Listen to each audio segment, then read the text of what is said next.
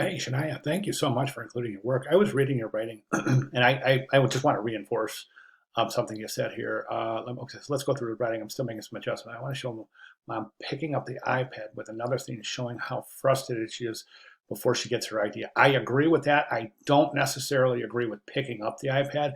Let me tell you why. We've all seen this scenario. I think this is such a ubiquitous scenario. We've all seen it multiple times where we see baby crying and one of the parents handing a phone or an iPad to the baby. I mean, I've seen it literally thousands of times in my life, and I think we all have too. So I think that's ubiquitous enough that I don't think we necessarily, I think the idea is here. We get it. I don't think we necessarily have to show it. However, I do totally agree showing her frustration. Definitely. Which means, think about this for a second. If you're going to show her frustration, you're going to have to show her face in a an expression of frustration, right? If you're going to show her face later on in the narrative, I would recommend you start the narrative showing her face. That way, you're introducing her as a main player, as one of the characters in the narrative. So instead of introducing her face later on in the narrative, let's go ahead and introduce her in the first frame with the narrative. I totally agree with the rattle. I think the rattle would be really interesting. Then the bubbles don't really make sense. I like the round circles for the background. I think that's a neat effect right there. And I think we saw that over here in this. This is really interesting. Of course, these are more jagged than yours, and because this narrative is more dangerous, it depicts danger.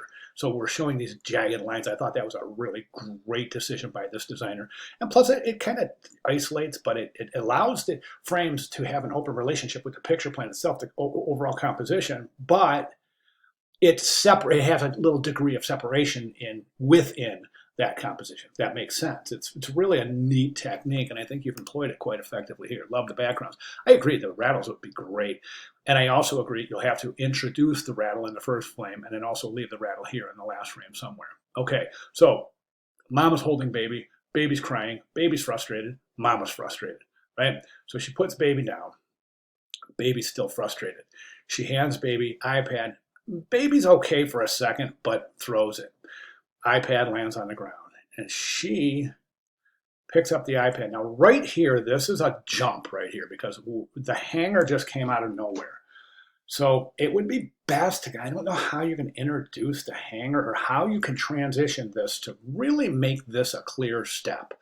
Okay, so because all of a sudden think of if this was a cartoon, or think if this was a movie and we have this series of scenes, right? And all of a sudden, she puts the baby down, the baby throws the iPad on the ground, and next thing you know, she picks up the iPad and she has a hanger in her hand. It's like, wait a second, where did that come from, right? So let's work that in here. Okay, okay, so she thinks about the hanger. I think one thing you could do is this: light bulb, thought bubble, hanger in the thought bubble instead of having her hold the hanger. So she's thinking about the hanger instead of a hanger just magically appearing, right? So then we get this, the folding of the hanger. I wonder if we can incorporate her hands with the green sleeves in here somehow, just to show that she's bending the hanger to accommodate a holder for the iPad, right? Um, yeah. Okay, so then, all right, so bending, structured, places the iPad in the holder, final epilogue scene. It works, right? So that's fantastic. Now, a couple of recommendations is this. As I said, we really want to work on shadow and highlight. I mean, you'll hear me say this, and I'll say this from now until the end of time. You take a decent illustration, and to make it a great illustration, employ shadow and highlight. And there's a ton of resources here. And if you understand light, you understand illustration. So, I mean, if you want to make compelling illustrations, you have to depict the light source by way of shadow and highlight. So back in week 3, remember that was our color week, and in the welcome to week 3 announcement, we got 2 video tutorials and then 6 more video tutorials and then all sorts of this is such a good announcement here, and there's so many outstanding resources in here. So let's review these and let's see how we can employ shadow highlight technique. Okay, A couple of things on on technique itself. Right now, there's no variation in the hair color. I see it's very little, but it's almost non-existent, meaning that this has got such heavy contrast. Like here, it almost looks like she's wearing a hoodie. Do you see what I'm saying? And that's really confusing. I think that by introducing her face and some hair and some highlights in her hair, that will be able, then you can turn her head and we'll still recognize her and we'll still recognize her hair, as opposed to maybe something where she's wearing, this almost looks like it's a hoodie with a little string coming off, right? Doesn't it? Okay, and then I want to talk about stroke. So I think you can use stroke in a lot of different ways, and stroke really defines a lot of the individual elements within an illustration. So you might consider working stroke into the lines of the pillows. It would have to be a really fine stroke, and you'll have to do some experimenting because you've got the baby stroked in black, and it might interfere. Right now, I think the stroke associated with the baby and the woman is too prominent. I think it's too thick. And we can see that right here where there's a lot of elements converging to a point where it's almost unrecognizable. I think a lot of that has to do with the thickness of the stroke. In some of these more fine detailed illustrations, like this one's okay, it's recognizable, but maybe this one here we can get a close-up, a little bit closer. You know what I'm saying? So we can see the actual expression on baby's face. That'll add a lot of engagement. Okay, then this frame right here to this frame right here, it's a little bit jarring, and let me tell you why. Right now, baby's throwing the iPad, right? iPad is on, the baby's on pillows, presumably on the ground, right? Well, not presumably on the ground because it's next to a table here. So the pillows are on the ground, which means baby throws iPad, which means the iPad is heading down towards the ground. But over here, it kind of goes up a little bit. So that's a little antithetical to having the baby throwing the iPad down, and then the next frame, it's up a little bit. So my recommendation is to try to reconfigure these two so that the iPad is reinforcing that the iPad has landed on the ground, which the ground here would presumably be lower than the bottom of the pads. Does that make sense? I hope so, because I think it's a pretty relevant point. So let me know if I can clarify that at all.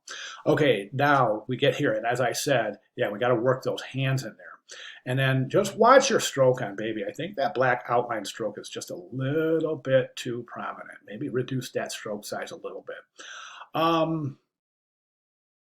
Also, when you resize, when you go to a transform scale, there's an option there to preserve the scale of strokes and effects. Make sure you click that. If you're, when I resize while illustrating, I don't do it manually. I don't often select, unless it's a really simple illustration. If there's an illustration with a lot of strokes and effects, I'll use the transform command as opposed to manually trying to resize, because you have more control. Sometimes when you manually resize, the strokes don't scale accordingly, so strokes end up getting thicker as you size down. Okay, oh, finally, I think it would be a really great idea to put a screen inside that iPad and put some sort of a cartoon character in there. Because again, this is a ubiquitous scenario right here, right? But what do I mean, people are always, whenever I see somebody hanging a baby an iPad or an iPhone, they always grab a cartoon, put a cartoon on and give it to the kid. And it works like a charm, you have to admit. But in this case, it doesn't, so that's great. Excellent solution. Yeah, so this would be great with a little screen right there with a cartoon character, maybe a Big Bird or something like that. Remember Big Bird from Sesame Street? So at any rate, great start. Really, really good work. If you have any questions or if I can provide any clarification, please let me know. But thank you very much, Shania.